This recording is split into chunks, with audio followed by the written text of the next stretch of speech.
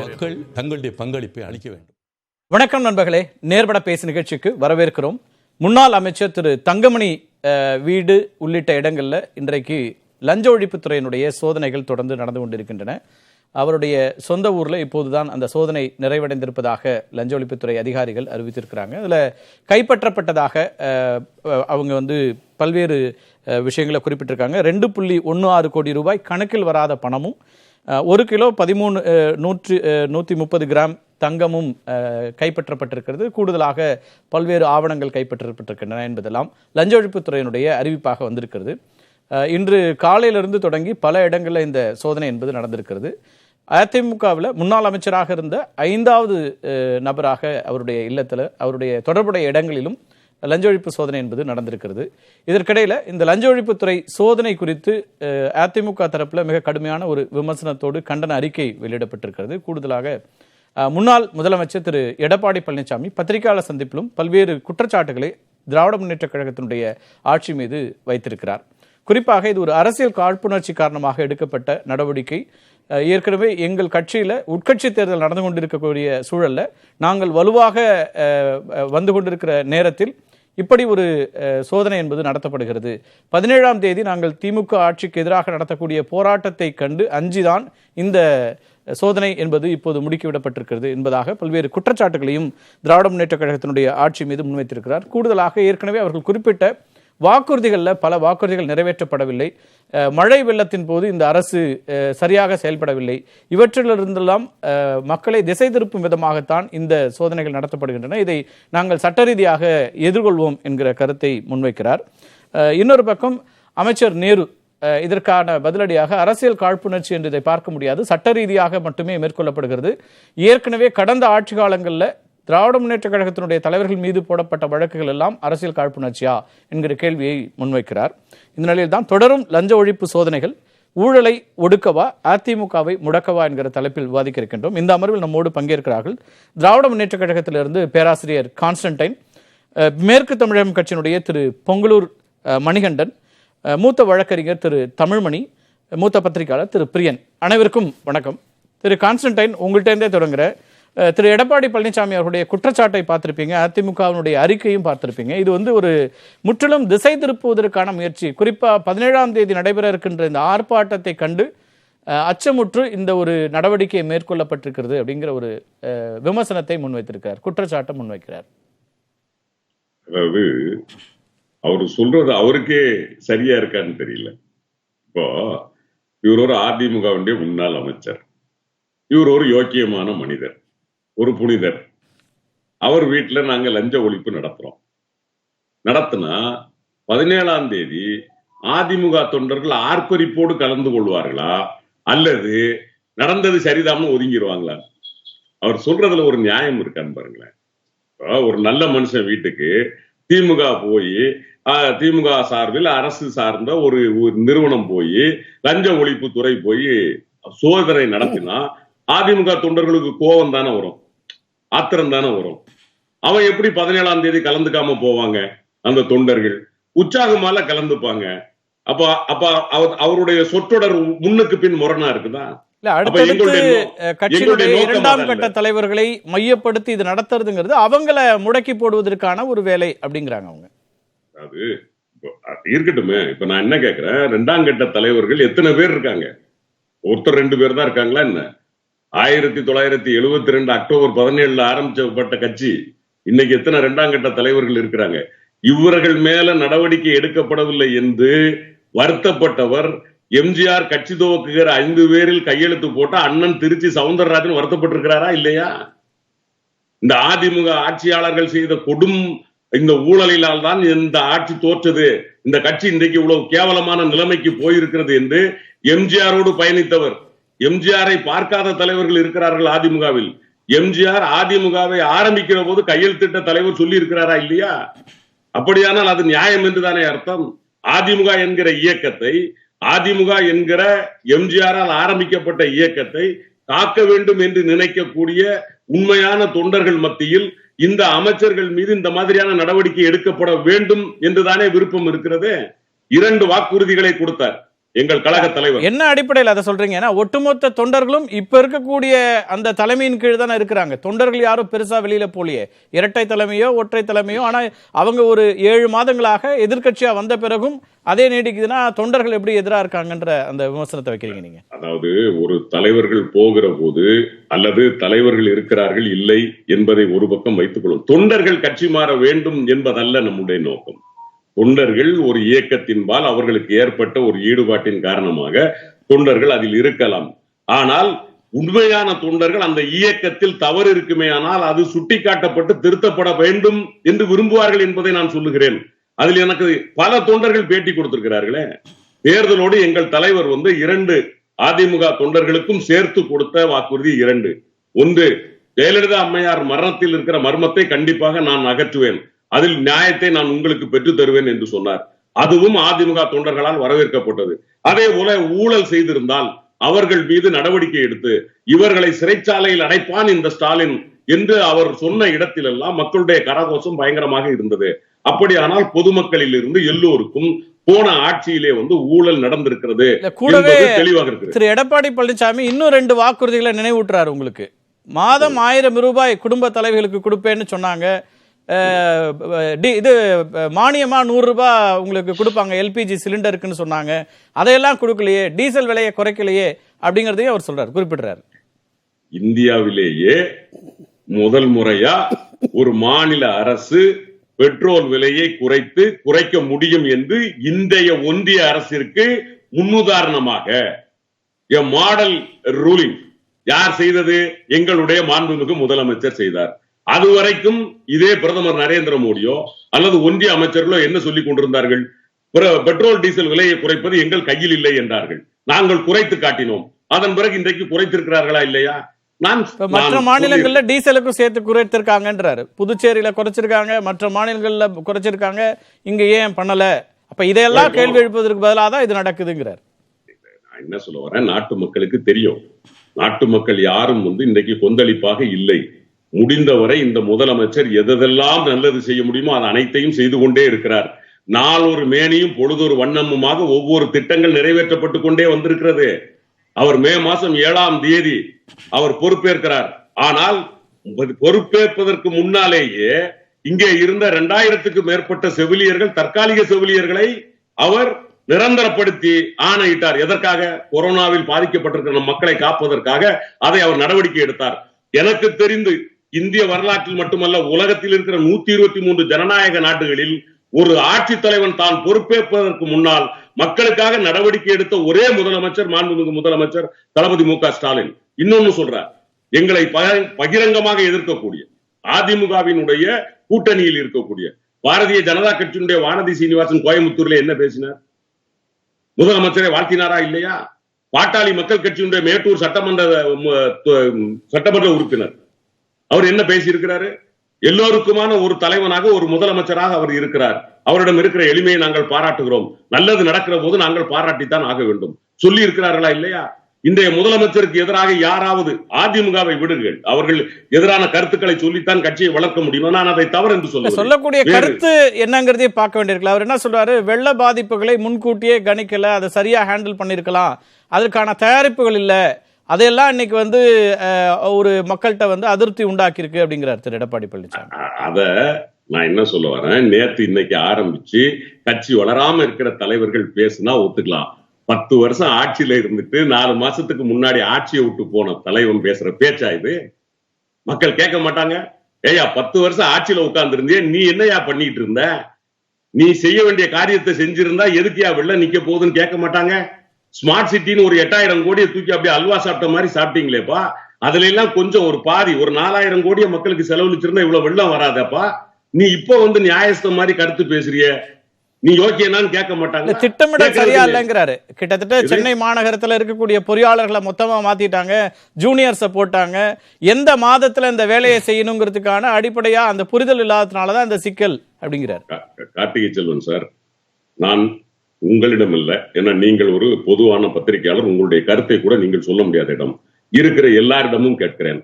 கடந்த 2015 வெள்ளம் வந்த போது இந்த அரசாங்கம், அன்றைக்கு இருந்த அரசாங்கம் காப்பாற்றியதா அல்லது நம்மை போன்ற பொதுமக்கள், பொதுநல சங்கங்கள் சமூக ஆர்வலர்கள் இந்த மக்களை காப்பாற்றினார்களா என்ற ஒரு கேள்வியும், இன்றைக்கு அதே வெள்ளம் வந்த போது எங்கேயாவது சமூக நல தொண்டுகள் வெளியே வர வேண்டிய சூழ்நிலை வந்ததா அல்லது அரசு எந்திரங்கள் காப்பாற்றியதா என்பதை நான் மனச்சாட்சி உள்ள ஒவ்வொருக்கும் கேட்கிறேன். ஏதாவது ஒரு இடத்தில், எல்லா இடத்திலும் அரசு நின்று முடிந்த வரைக்கும் அரசு ஊழியர்கள் அத்தனை பேரும், அதாவது 1-2 இடங்களில் இருக்கலாம், நான் இல்லை என்று சொல்லவில்லை. 100% ஒரு இயக்கம் ஒரு ஆட்சி முழுமையாக நடந்துவிட முடியாது. ஆனால் குறைந்தபட்சம் 80% இருக்குமே. ஆனால் அது எங்களுடைய கழக தலைவருடைய ஆட்சி. எந்த இடத்தில் நாங்கள் தவறி போயிருக்கிறோம் அதை பத்தி பேசலாம். இப்ப சோதனைகள் குறித்து நான் மற்றவருடைய கருத்தை கேட்டுட்டு இந்த விவாதத்திலேயே நம்ம போலாம். திரு மணிகண்டன், இந்த லஞ்ச ஒழிப்பு சோதனைகள் இது வந்து முழுக்க அரசியல் காழ்ப்புணர்ச்சி அப்படிங்கிற ஒரு விமர்சனத்தை முன்வைக்கிறாரு. அடிப்படையில் டாக்குமெண்ட்ஸாக தான் இவங்க எல்லாமே இது பண்ணுறாங்க. இன்னைக்கு திரு தங்கமணிக்கு கூட அவருடைய அமைச்சராக இருந்த காலகட்டத்தில் அவர் வந்து எவ்வளவு சொத்து அதிகாரப்பூர்வமாக அறிவித்ததில் எவ்வளவு கூடுதலாக இருக்கு அப்படிங்கிறத வச்சு தான் இந்த வழக்கே பதிவு செய்யப்பட்டிருக்கு. அப்போ இதை சட்ட ரீதியாக தானே எதிர்கொள்ளணும். இதில் எங்கே அரசியல் காழ்ப்புணர்ச்சி வருது?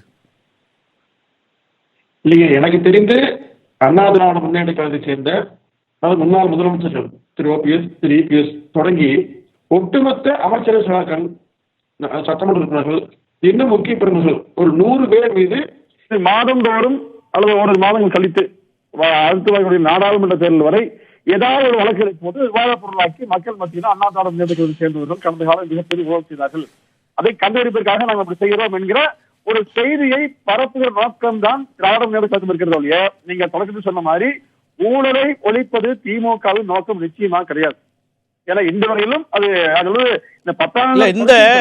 இந்த செய்தி குறிப்பு லஞ்ச ஒழிப்புத்துறையுடைய செய்தி குறிப்புல அதிகாரப்பூர்வமா சொல்றாங்க, எஃப்ஐஆர்லயும் குறிப்பிடுறாங்க 23/5/2016 அதுல இருந்து 33/3/2020 அவரோட அஃபிடவிட், திரு தங்கமணி தாக்கல் செய்த அஃபிடவிட்ஸ்ல இருக்கக்கூடிய அந்த அடிப்படையிலேயே 4,85,72,000 ரூபாய் கூடுதலாக இருக்கு, வருமானத்துக்கு அதிகமாக சொத்து சேர்த்திருக்கிறார். அப்ப இதுல எங்க நீங்க வந்து அரசியல் காழ்ப்புணர்ச்சின்னு என்ன அடிப்படையில் இந்த குற்றச்சாட்டை முன்வைக்கிறீங்க? இல்லைங்க, உதாரணமா ஒரு நிலம் வாங்கினா கூட இப்ப பாத்தீங்கன்னா சமயத்துல இந்த ஒரு வருடத்துக்குள்ள சாதாரணமா நான் உதாரணம் சொல்றேன், 1 லட்சம் ரூபாய் சென்று வந்து திடீர்னு 6 லட்சம் 7 லட்சம் ஆகுது. அந்த மாதிரி கூட பல்வேறு இடங்கள்ல வருமானம் இருக்கலாம். இதுல உண்மையிலேயே வந்து அவர் குற்றம் செய்தாரா, அதற்கான முழுமையான ஆதாரத்தை வைத்து நீதிமன்றம் தண்டிக்கிற அளவுக்கு இருக்கிறதா என்பதை ஒருவரும் சொல்ல முடியாது. ஆனா அது சொல்லாதவரை குற்றவாளி இல்லை. அப்படியே கடந்த காலத்துல இதே மின்துறை அமைச்சராக இருந்தா இவர் நிர்வாகத்தில் மிக சிறப்பாக செயல்படுவதாக துறைமுகமே பாராட்டினார். அந்த அளவுக்கு சிறப்பாக செயல்பட்டார். இன்னொன்று என்ன, இந்த மேற்கு தமிழகம் தான் அதிமுகவுடைய வலுவான கோட்டையாக இருக்கிறது. இங்க இருக்கிற தலைவர்களை, இங்க இருக்கிற முன்னாள் அமைச்சர்களை, சட்டமன்ற நாடாளுமன்ற உறுப்பினர்களை இந்த மாதிரி சிதைப்பது, மன உளைச்சலை ஏற்படுத்துவது என்பது திராவிட முன்னேற்ற கழகத்துடைய ஒரு தாற்பயமாக இருக்கிறது. ஏன்னா இங்க வலுவான அடித்தளம் மட்டுமல்ல, அதுதான் திரு கான்ஸ்டன்டைன் குறிப்பிட்டாரு. நாளை மறுநாள் இப்படி ஒரு போராட்டம் நடக்குதுன்னா அது எழுச்சியைத்தானே உண்டாக்கும் தொண்டர்கள் மத்தியில. இப்படி நம்ம தலைவர்களுக்கு அப்படி ஒரு தலைவர்களுக்கு எதிரான ஒரு நடவடிக்கைன்னு அவங்க நினைச்சாங்கன்னா அதுதானே வரும். அது அப்படியான குற்றச்சாட்டுலயே வந்து ஒரு கான்ட்ரடிக்ஷன் இருக்கே, அது சரியா இல்லையேங்கிறாரு அவரு. இல்லைங்க, அந்த அண்ணா திராவிட முன்னேற்ற கழக தொண்டர்கள் மத்தியில் நீங்க வந்து நிச்சயமாக இது காழ்ப்புணர்ச்சி, இது அரசியல் பழிவாங்கல் என்றுதான் அது பார்க்கப்படுகிறது. காரணம் என்று சொன்னா, குற்றவாளி என்று யாரை திமுக சொல்கிறதோ அந்த குற்றவாளிகளை தன் பக்கம் வைத்துக் கொண்டு அமைச்சர்களாக்கி வச்சுட்டாங்க. அப்படிங்கிற போது இவர்கள் சரியான வழியில போவாங்க, சரியான நடவடிக்கை எடுப்பாங்க நம்பிக்கை மக்கள் நிச்சயம் கிடையாதுங்க. நான் சொல்றது, அண்ணா திமுக மீது குற்றம் சொல்ற திமுக கடந்த காலம் தவறே செய்யவில்லையா அப்படின்னு மக்கள் கேட்கிறாங்க. அப்போ இதன் அடிப்படையில் பார்க்கிற போது இதுல நீங்க இதுவரைக்கும் இது 5வது சோதனை, இதுவரைக்கும் நடந்திருக்கிற சோதனைகள்ல கைது நடவடிக்கை உள்ளிட்ட எந்த நடவடிக்கையும் மேற்கொள்ளப்படலை. அவங்க சட்ட ரீதியாக வழக்கு பதிவு பண்ணுறாங்க, அதுக்கு பிறகு அது விசாரணை நடக்கிறது, அதுக்கு பிறகு சார்ஜ் ஷீட்டு உள்ளிட்ட விஷயங்கள்லாம் நடக்கும். அப்போ ஒரு கைது நடவடிக்கை இருக்குது அல்ல வேறு விதமாக ஒன்று நடக்குது அப்படின்னா அது நீங்கள் வந்து அரசியல் ரீதியாக பழி வாங்குறாங்க அப்படின்னு சொல்லலாம். ஒரு வழக்கு சட்ட ரீதியாக நடத்தாமல் வேறு என்ன தான் அதில் செய்ய முடியும்னு நினைக்கிறீங்க? ஏற்கனவே அவங்க வந்து ஆளுநர்கிட்ட புகார் கொடுத்துருந்தாங்க எதிர்கட்சியாக இருந்த போதே. அப்போ அதை இப்போ வந்து அந்த புகார்களில் இருக்கக்கூடிய அடிப்படை தன்மையை வச்சு இந்த வழக்கு நடக்குது அப்படின்னு ஏன் பார்க்க முடியாது? சரிங்க, அப்படி வந்து ஆளுநரிடத்துல எல்லா முன்னாள் அமைச்சர்களும் கொடுப்பாங்க. அப்போ ஒரே நாள்ல ஒரே வாரத்துல ஒட்டுமொத்தமா அந்த தகவல்கள் மூலமா மீது எல்லாம் நீங்க விசாரணை பண்ணி இந்த மாதிரி நீதிமன்றம் ஏன் மாதம் நடத்துறீங்க? இல்ல அது வந்து அந்த துறை இதுக்கான எல்லா டாக்குமெண்ட் எவிடன்ஸ்ல இருந்து எல்லாத்தையும் கலெக்ட் பண்ண வேண்டி இருக்குல்ல, அதுக்கு இந்த மாதம் அந்த மாதம் அப்படின்னு ஒரு கணக்கு இருக்கான்னு. இந்த புகார்களை பாட்டாளி மக்கள் கட்சி உள்ளிட்ட கட்சிகளும் ஆளுநர்கிட்ட கொடுத்திருந்தாங்க தானே? இல்ல அதாவது எதிர்கட்சியா இருக்கும்போது எல்லாருமே சொல்லக்கூடிய அது பெரிய சொல்ல விரும்பல. ஆனா திராவிட முன்னேற்ற கழகத்தில் இருக்கிற கட்சிக்கு சரி, நான் தொடர்ந்து பேசலாம். இணைப்புல இருங்க. நான் பிரியன்ட்ட பேசிட்டு வரேன். இணைப்புல இருங்க திரு பிரியன். இது மாதம் ஒரு அமைச்சர் அப்படின்னு ஒரு திட்டம் வச்சுக்கிட்டு திமுக இப்படி செய்யுது, திமுக ஆட்சி குறிப்பா மேற்கு மண்டலத்தில் இருக்கக்கூடிய தலைவர்களை முடக்குவது அப்படிங்கிறதா இதனுடைய நோக்கமாக இருக்கு அப்படின்னு திரு மணிகண்டன் ஒரு விமர்சனத்தை முன்வைக்கிறார். நீங்க எப்படி பாக்குறீங்க? இல்ல, அதாவது இந்த அதிமுக முன்னாள் அமைச்சர்கள் மீது இருக்கிற அந்த ஊழல் குற்றச்சாட்டுகள் வந்து இன்னைக்கு நேற்றுக்கு திமுக சொல்லலையே. திமுக வந்து 2018லயே கவர்னர்கிட்ட மனு கொடுத்தாங்க. அதுக்கப்புறம் டிவிஎஸ்சியில ஆர்.எஸ். பாரதி ஏகப்பட்ட புகார் கொடுத்தாரு. அப்புறம் அறப்போர் இயக்கம் வந்து 13 புகார்கள் கொடுத்தாங்க. எல்லாமே ஒரு ஆதாரபூர்வமான புகார்கள். அது கோர்ட் எல்லாம் டிவிஎஸ்சி எந்த ஆக்ஷன் எடுக்கல. அதிமுக ஆட்சியில எப்படி அதிமுக அமைச்சர்கள் மேல ஆக்ஷன் எடுப்பாங்க? அது ஆக்ஷன் எடுக்கல. அப்ப கோர்ட்லயும் போச்சு. கோர்ட் வந்து பிரைமா ஃபேசி நீங்க இனிஷியேட் பண்ணுங்கன்னு சொல்லிட்டாங்க. வேலுமணி கேஸ்ல எல்லாம் அந்த பொன்னியின் ஒரு சூப்பர்டா போலீஸை போட்டாங்க, அவங்க ஒண்ணும் இல்லைனாங்க. அப்புறம் கோர்ட்ல அந்த டெலிபரேஷன் போயிட்டு கடைசியில you have to proceed with the case அப்படின்னு கோர்ட்டே சொல்லியிருக்கு. அதனால வந்து இது வந்து புதுசு கிடையாது. அது வந்து தேர்தலுக்கு முன்னாடியே வந்து திமுக வந்து இவர்கள் மீது நடவடிக்கை எடுக்கணும்ன்றத தொடர்ந்து வலியுறுத்திட்டு வராங்க. தேர்தல் பிரச்சாரத்தின் போது ஸ்டாலின் ரொம்ப ஸ்பெசிபிக்கா கோயம்புத்தூர் மேற்கு மண்டலத்தில் பேசும்பொழுது தங்கமணி, வேலுமணி போன்றவர்களெல்லாம் பத்தி குறிப்பிட்டு இவர்கள் மீது கண்டிப்பாக நிச்சயமாக நடவடிக்கை உண்டுன்னு சொல்லியிருக்காரு. அதனால வந்து ஏதோ அதிமுக அழிக்கிறதுக்காகவோ இவங்க போராட்டத்தை தடுக்கிறதுக்காகவோ திமுக எடுக்கிறாங்கன்னு நான் நிச்சயமா நம்புறேன் சார். ஆனா எனக்கு இருக்கிற வருத்தம்னா ஏன் இவ்வளவு தாமதமா எடுக்கிறாங்க, அதுலயும் வந்து பல கேள்விகளை எழுப்புற மாதிரியான விஷயங்களை ஏன் எடுக்கிறாங்கன்னு எனக்கு புரியாத புதிரா இருக்கிறத நான் பாக்குறேன். என்ன ஆக்ஷன் எடுக்கிறது உங்களுக்கு கேள்விகள் எழுப்புற மாதிரி இருக்குன்னு நினைக்கிறீங்க? நிறைய கேள்விகள் இருக்கு சார். அதாவது ஜூலை மாசம் எம்.ஆர். விஜயபாஸ்கர், அப்புறம் ஆகஸ்ட் மாசம் வந்து அந்த சி. விஜயபாஸ்கர், அப்புறம் செப்டம்பர் மாசம் பாத்தீங்கன்னா கே.சி. வீரமணி, வேலுமணி, அப்புறம் அக்டோபர் மாசம் பாத்தீங்கன்னா கே.சி. வீரமணி, இப்போ நவம்பர் மாசம் விட்டுட்டாங்க, டிசம்பர் மாசத்துல இவர் போட்டிருக்காங்க. என்னுடைய கேள்வி என்னன்னா, ஜூலை மாசத்துல எம்.ஆர். விஜயபாஸ்கர் ஆரம்பிச்சீங்களே, அவரை பத்தின விசாரணை வந்து நவம்பர் மாசத்துல அவர் கூப்பிட்டு விசாரிக்கிறீங்க 3 நாளைக்கு. அவ்வளவு கேப் எதுக்குன்னு தெரியல ஆக்சுவலா வந்து. அதுக்கப்புறம் மற்ற அமைச்சர்கள் மீது எல்லாம் வேலுமணி மீது மட்டுமே தான் ஊழல் சம்பந்தப்பட்ட வழக்கு. சென்னை கார்பரேஷன்லயும் கோயம்புத்தூர் கார்பரேஷன்லயும் டெண்டர் கொடுத்த ஊழல்கள், இந்த வெள்ளம் வந்த ஒழுங்கா நடவடிக்கை எடுக்கலன்றாங்களே, இவங்க கொடுத்த வேலை சரியா நடக்கல சென்னையில, அதுல ஊழல், அதுதான் வழக்கு ஆக்சுவலா. வேலுமணி மேல அந்த ஊழல் வழக்கு போட்டாங்க. அதுதான் திரு எடப்பாடி பழனிசாமி சொல்றாரு, இது சும்மா ஸ்மார்ட் சிட்டிங்கிற பேர்ல சொல்லி எல்லாத்தையும் இவங்களுடைய நிர்வாக குறைபாடுகளை அது மேல அப்படி ஒரு குற்றச்சாட்டை வைக்கிறாங்கன்றாரு அவரு. இல்ல கார்த்தி, அப்படி கிடையாது. ஆக்சுவலா இது ஸ்மார்ட் சிட்டி சம்பந்தப்பட்ட ஊழலே கிடையாது. போட்டது வந்து மழைநீர் வடிகால் கான்ட்ராக்ட் கொடுத்த ஊழல். ஸ்மார்ட் சிட்டி ஊழல்ல வந்து இந்த கேஸ் புக் பண்ணது வேலுமணி மேல ஸ்மார்ட் சிட்டி சம்பந்தப்பட்டது கிடையாது. மழைநீர் வடிகால் போன்ற அது பற்றி விசாரிப்போம்னு முதலமைச்சர் சொன்னதை அவர் குறிப்பிடுறாரு. இந்த வழக்குல ஸ்மார்ட் சிட்டி குறித்தும் விசாரணை நடத்தப்படும்னு முதலமைச்சர் சொல்றதை அவர் குறிப்பிடுறாரு. அந்த விஷயம் இன்னும் ஆரம்பிக்கல. வேலுமணி விஷயத்துல பாத்தீங்கன்னா இந்த ஊழல் டெண்டர் கொடுத்ததுல ஊழல்ன்ற முறையில வழக்கு பதிவு பண்ணியிருக்காங்க. ஆனால் வேலுமணியோட ஊழலுக்கு துணை போன அதிகாரிகள் யார் பேர்லயும் அந்த எஃப்ஐஆர்ல இல்ல, அன்னோன் அபிஷியல்ஸ் போட்டிருக்காங்க. அந்த அதிகாரிகள் எல்லாம் இன்னைக்கும் நல்ல பதவியில இருக்காங்க, ஜம்முன்னு இருக்காங்க. அவர்களை வந்து எஃப்ஐஆர்ல வந்து சேர்க்கவே இல்லை. அது ஏன்ற காரணம் இதுவரை நமக்கு தெரியல. அதனால சில அதிகாரிகள் நல்ல முக்கிய பொறுப்புல இருக்காங்க. அந்த கேள்வியும் வைக்கலாம். ஆமா, அந்த கேஸ் ப்ரொசீட் ஆகதே இருக்கு. அந்த கேஸ் அதனால ப்ரொசீட் ஆகதே இருக்கு. ஏன்னா அன்னோன் அபிஷியல்ஸ் போட்டிருக்கீங்க.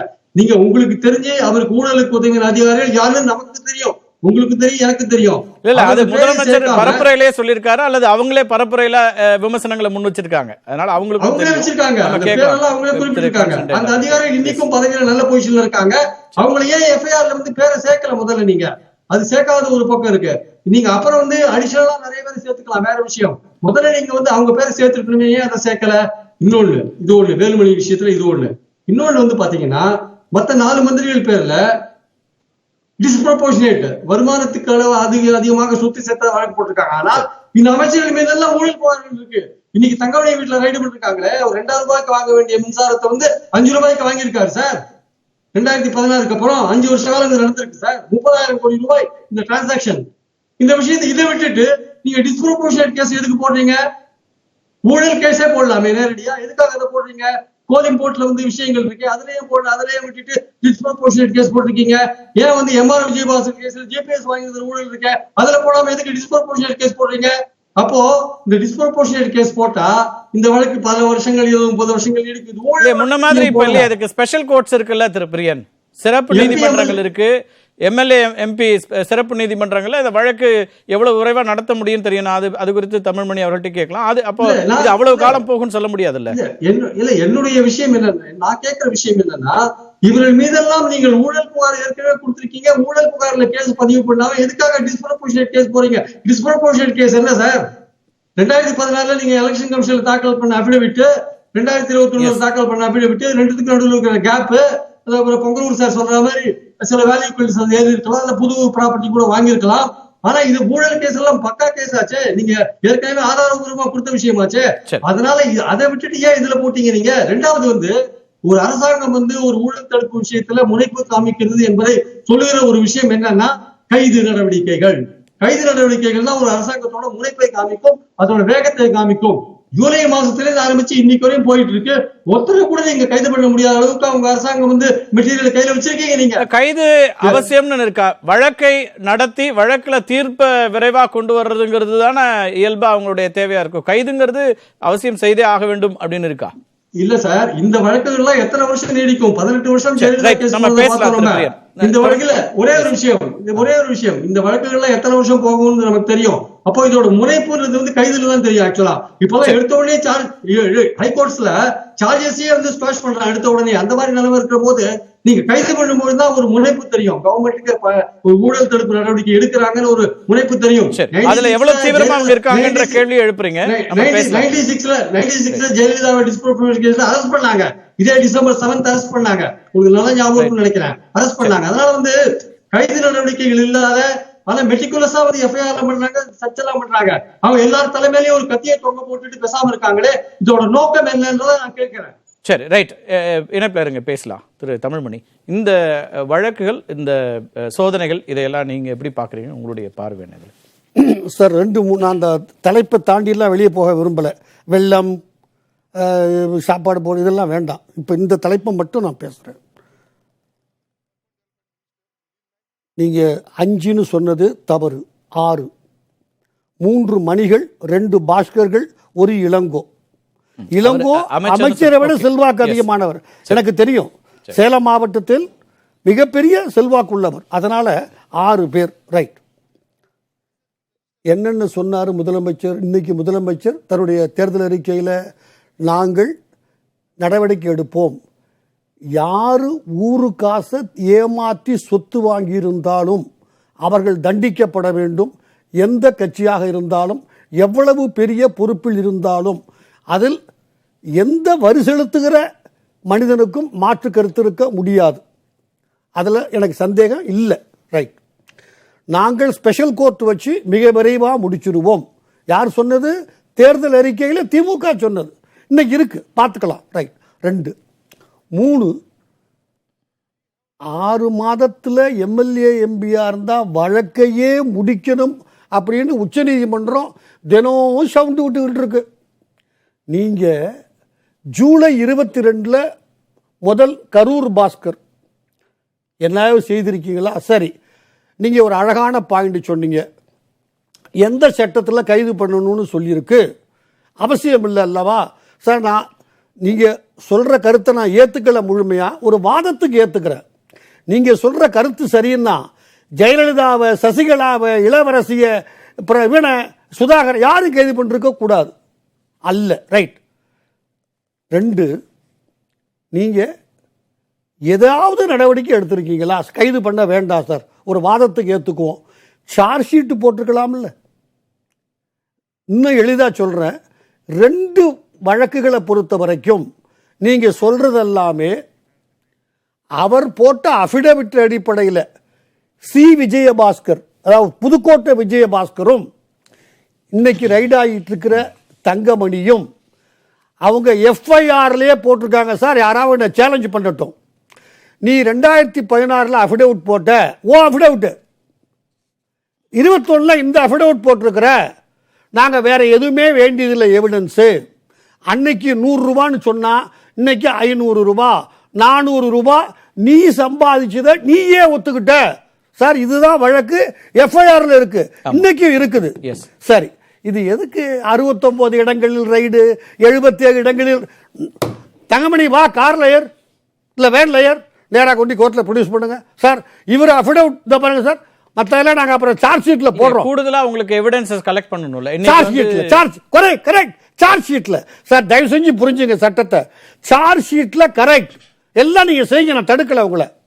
கைது பண்ணுவதற்கு தமிழ்மணி 2 அஃபிடவிட் போட்டிருக்கிறான். 2 அஃபிடவிட்லையும் தமிழ்மணியா 30 ரூபாய் என் சொத்து, 3000 ரூபாய் என் சொத்துன்னு சொல்லிருக்கிறான். 5 வருஷத்துல தமிழ்மணி தான் நிரூபிக்கணும். நல்லா புரிஞ்சுங்க சார். ஜெயலலிதா மேல போட்ட அதே வழக்கு தான். மக்கள் வரிப்பணத்தை ஏமாற்றி சொத்து சம்பாதித்து விட்டீர்கள், அவ்வளவு பேருக்கு அதுதான்.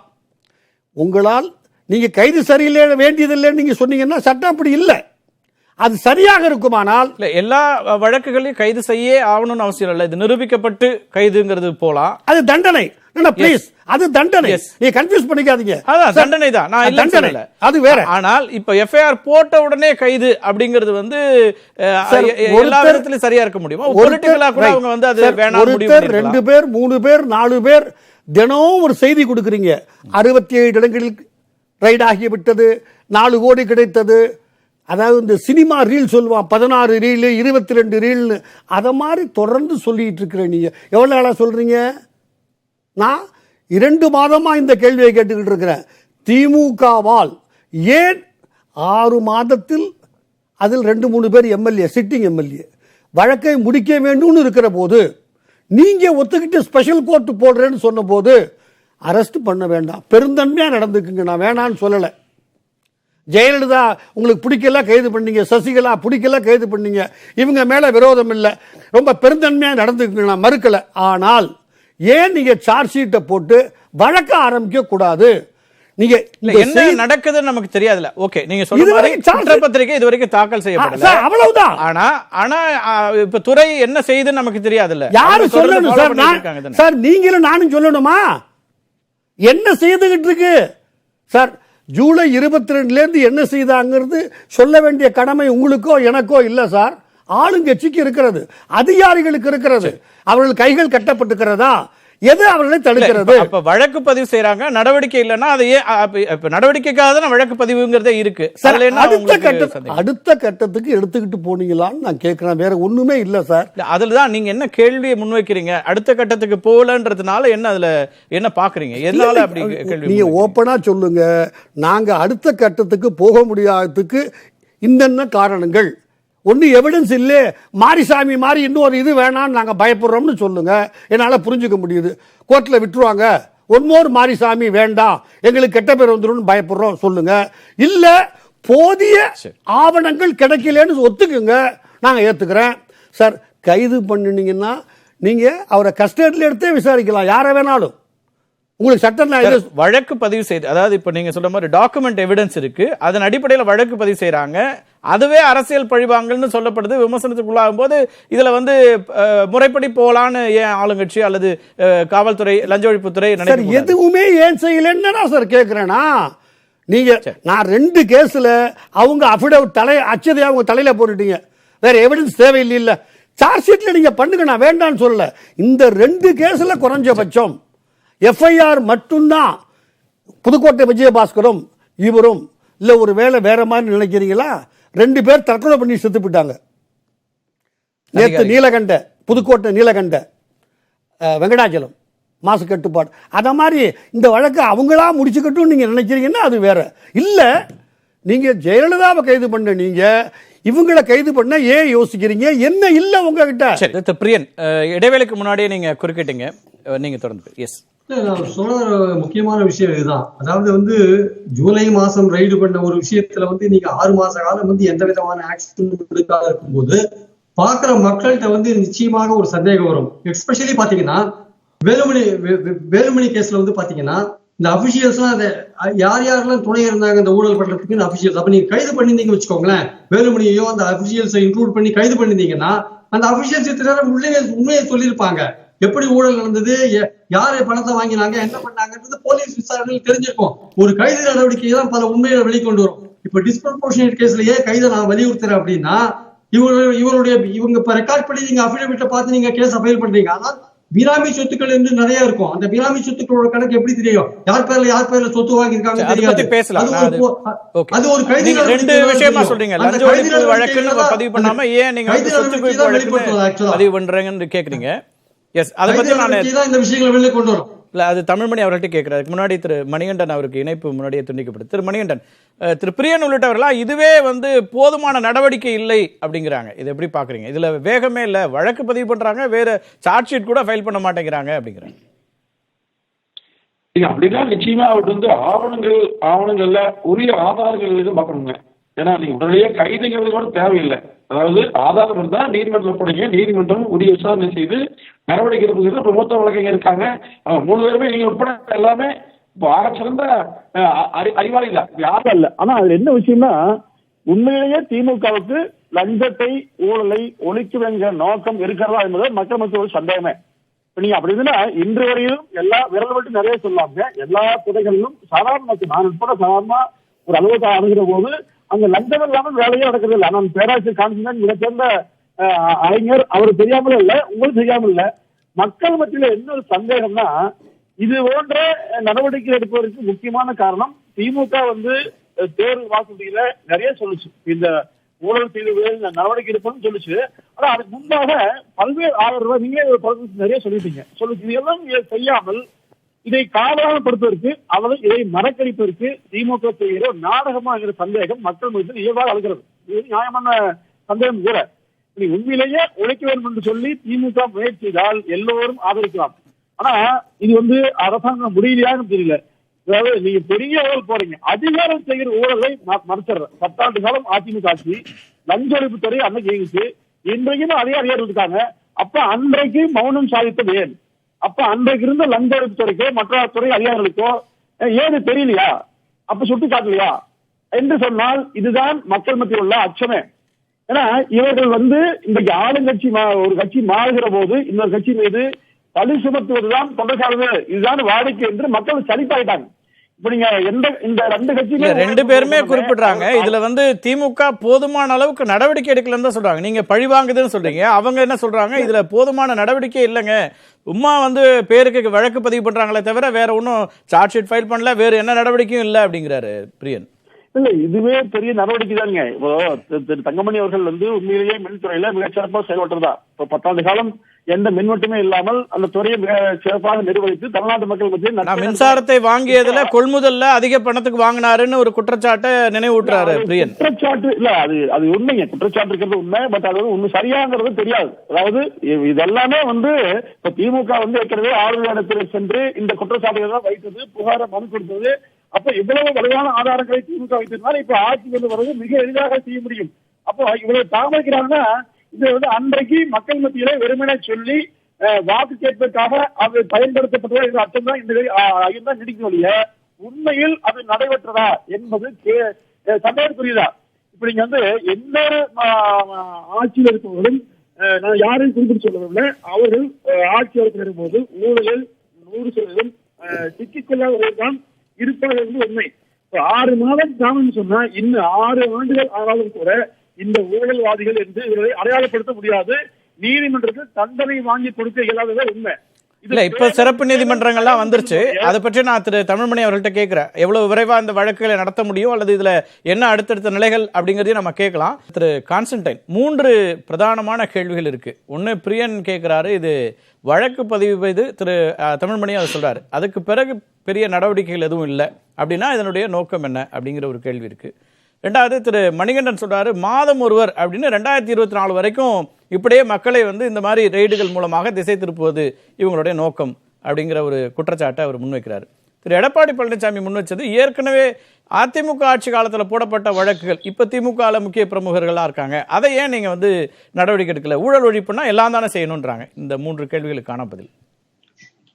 அதாவது ஜெயலலிதா அம்மையார் மீது ஏறத்தாழ 33 வழக்குகள், அதுல குறிப்பா 12 ஊழல் வழக்குகள், ஒரு டிஸ்ப்ரொபோர்ஷனேட் அசெட் கேஸ், சொத்து குவிப்பு வழக்கு. இது எல்லாத்திலையும் விடுதலையானாங்க. சொத்து குவிப்பு வழக்குல மட்டும்தான் அந்த அம்மா மாட்டினது, ஜெயலலிதா அம்மையார் மாட்டினது. இது எல்லா வழக்குலையும் அந்த அம்மா விடுதலை. எந்த வழக்குலையும் டான்சி வழக்குல தண்டிக்கப்பட்டாங்க, பிளசன்ட் ஸ்டேல தண்டிக்கப்பட்டாங்க, அப்புறம் விடுவிக்கப்பட்டாங்க. ஆனா இந்த ப்ரொபோஷனேட் அசெட் கேஸ்ல மட்டும்தான், டிஸ்ப்ரொபோஷனேட் அசெட் கேஸ் அதுல மட்டும்தான் அம்மையார் தண்டிக்கப்பட்டாங்க. வரலாறு. அப்ப ஒரு அடிப்படை என்ன வருகிறது அப்படின்னா, ஒரு மனிதனுடைய இப்ப நம்ம இந்த வருமானத்திற்கு அதிகமான சொத்து சேர்த்ததை கொண்டு போய் நிறுத்துறோம். இப்போ சகோதரர் பிரியனுக்கு ஒரு கேள்வி வருது, நீங்க ஏன் இன்னும் குற்றப்பத்திரிகை கூட தாக்கல் பண்ணல? Charge sheet. ஜெயலலிதா அம்மையார் மீது வழக்கு தொடரப்பட்டது ஜூன் மாசம் 4ஆம் தேதி 1996 பை டாக்டர் சுப்பிரமணியன் சாமி.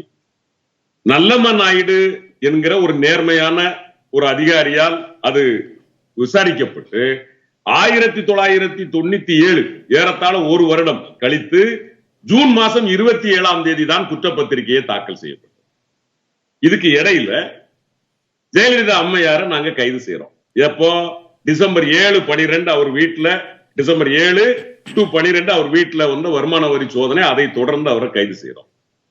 96ல எந்த ஜெயலலிதா அம்மையாரும் சசிகலா அம்மையாரும் சேர்ந்து தமிழ்நாட்டை சுரண்டி விட்டார்கள் என்று உறுதியான நம்பிக்கையோடு நாட்டு மக்கள் ஜெயலலிதா உட்பட அத்தனை பேரையும் தோற்கடித்து, 4 பேரை தவிர, திராவிட முன்னேற்ற கழகத்திற்கு ஆதரவு கொடுத்தார்.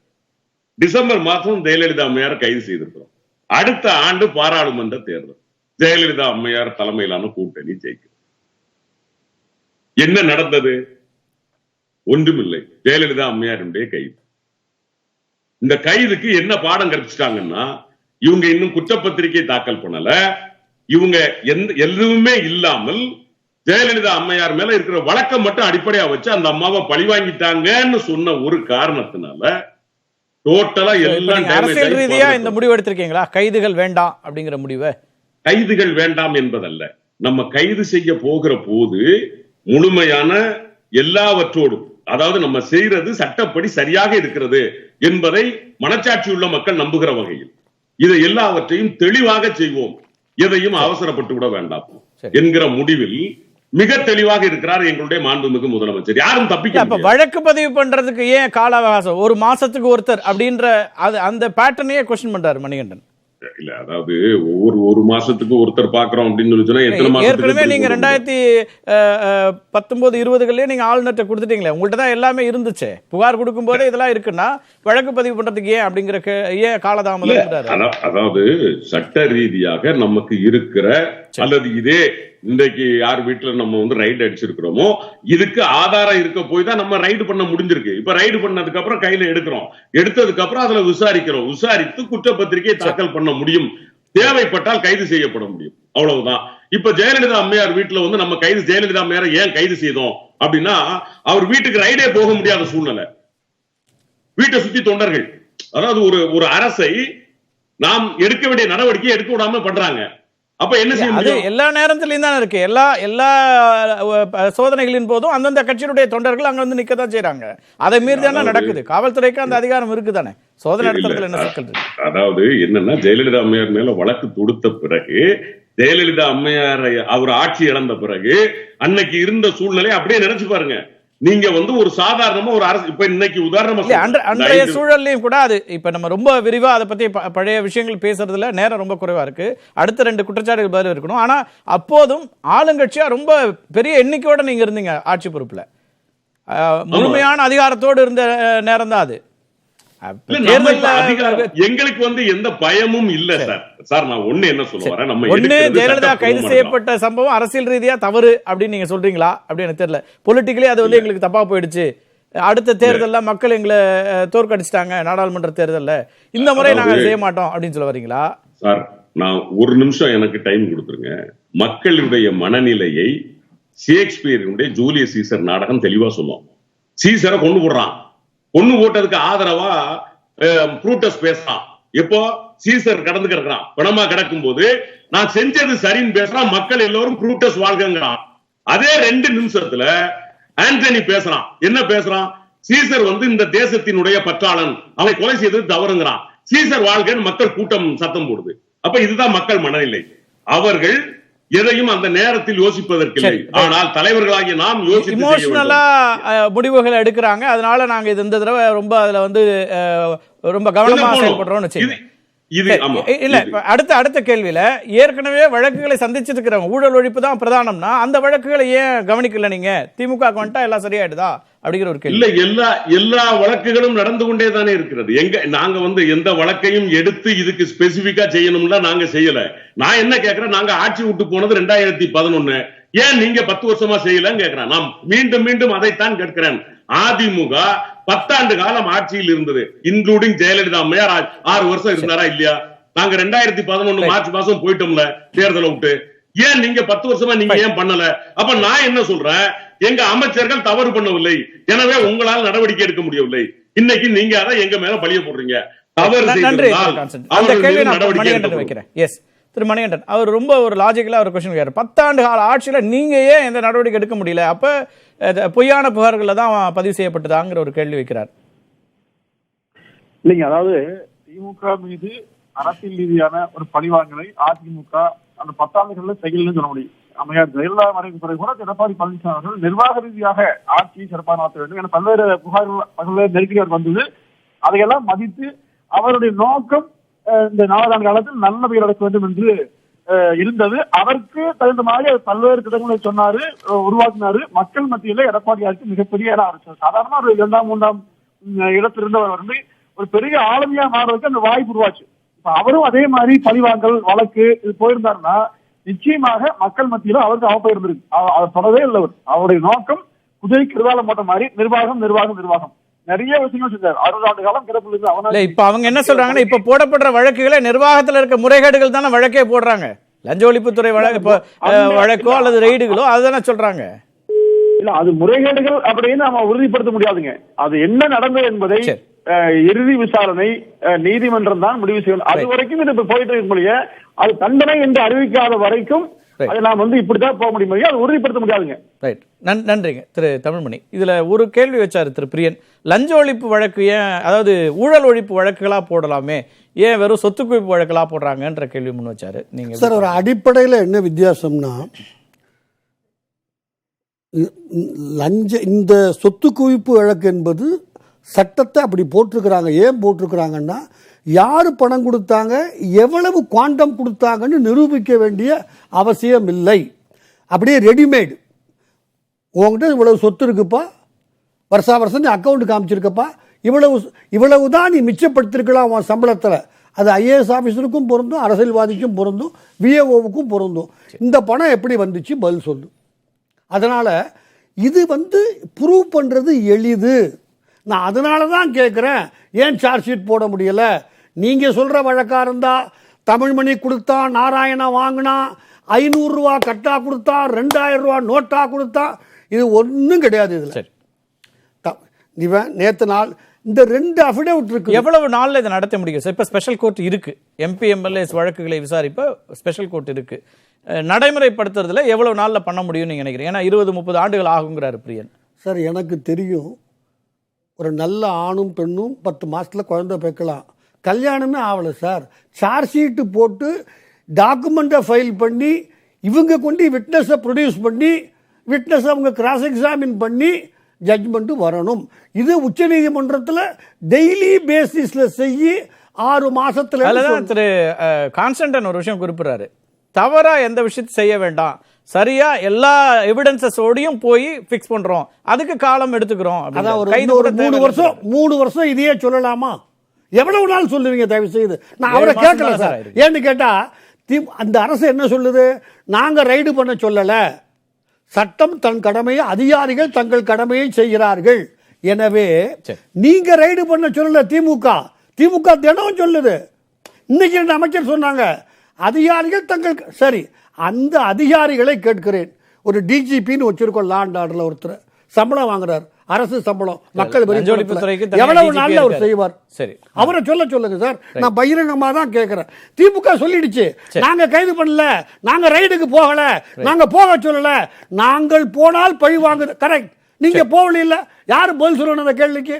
போனவங்க பதில் சொல்லட்டும். அவர் அரசு ஊழியர், பதில் சொல்ல கடமைப்பட்டவர். அவர் சொல்லலன்னு சொன்னால் இது சரி. திமுக பழிவாங்கிற நடவடிக்கைன்னு எடுத்துக்கிறத தவிர வழி இல்லை சார் வேற. அரசியல் ரீதியா அதை எப்படி பாக்குறீங்க? இது ரொம்ப ஸ்லோ ப்ராசஸ் தான் இருக்குன்றீங்களா? வழக்கு பதிவு பண்றாங்க, அடுத்த நடவடிக்கை இல்லைன்னா இதை எப்படி புரிஞ்சுக்கிறீங்க? ஏன் இதுல? அதான் சார் சொல்றேன், வழக்கு பதிவு பண்ணி அடுத்தடுத்த கட்டத்துக்கு எடுத்துக்கிட்டு போனீங்கன்னா சட்டம் தன் கடமையை செய்யும். அவங்க வீட்டுல புந்து 70 இடத்துல ரைடு பண்ணி அதோட சட்டம் ஒதுங்கிச்சுன்னா சட்டம் தோற்று போய் விட்டது, தன் கடமையை செய்யவில்லை. ரைட், நம்ம பிரியனோட நிறைவு கருத்தை கேட்கலாம். பிரியன். ஹலோ பிரியன் கேக்குதுங்களா? எஸ். ஹலோ பிரியன், நான் பேசுறது கேக்குதுங்களா? பிரியன்